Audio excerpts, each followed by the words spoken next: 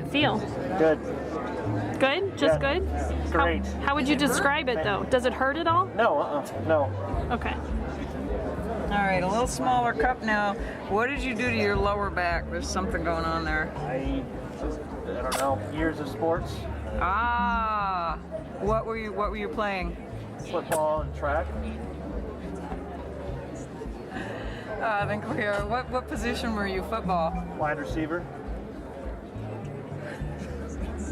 I don't know, you might have been tackled once or I was gonna say, I think you got sacked a few times here. Plus, it's the weight of the equipment, the heat that's worked up during that, and the dehydration. This may have been the beginning of a lot of this becoming. That would make sense in the shoulder area, wouldn't it, carrying all that around? Yeah, I can actually see that we may be looking at that V shape that just came up. I think that was his football shoulder pads. I mean, I find girdle marks on women from 30, 40 years ago that's still restricting lymph flow. Knee socks, short socks, we find sock lines of people with swollen feet. So I would say we probably have some indentations from his football equipment. You didn't know this stuff stayed in there, did you? Wow, you pay for it one way or another, don't you? Oh, people just think their history is their history. We show them very clearly. It's still in there until we get it out. I just have never seen a V shape like that. It does not follow a muscle attachment. That to me looks like an equipment impression on him. And if I can find girdle marks on people 30 years later, I bet I can find shoulder pad marks on him. Wow, this is great. He's softening up. Now we did try and implement something called Adopt a Cop. We were not able to push through with that just because of some of the ethical issues on the part of the police officers. But we are going to go ahead with our Foster a Firefighter and start with the New York firefighters. Clear the smoke out of their lungs. We can actually pull smoke to the surface of their skin and help their lymph and eliminate it. We've already worked on one fellow who was on the 10-year anniversary special. I changed him in one day.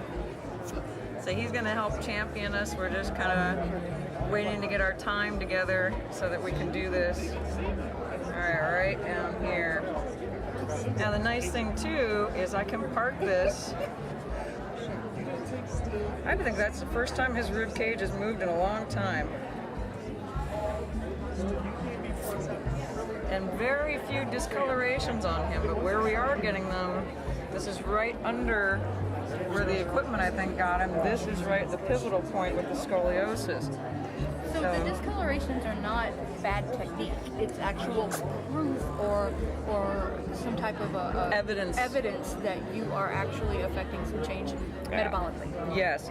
Basically, if the color comes up, it's old blood that was in the tissue. We aren't creating it. This is old blood. That suction's not that hard. You No. do a hickey or something. No.